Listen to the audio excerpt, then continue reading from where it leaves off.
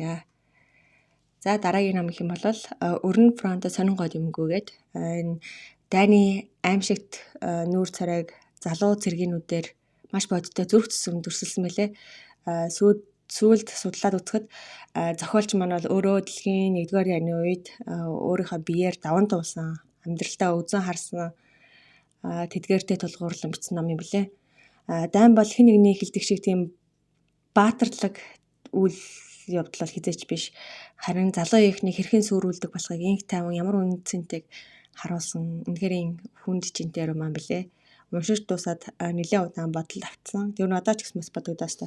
Тэгээ саявтархан шинэ орчуулагтай шинэ хэвлэл Монгол гарсан харагдсан билээ.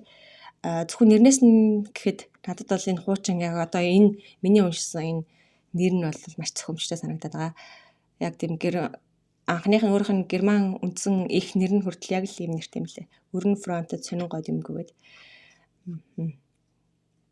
За би энэ номонд 5 биш 4 од өгсөн. Маш хүн болго унших хэрэгтэй гэж ном бас л нэг байлээ.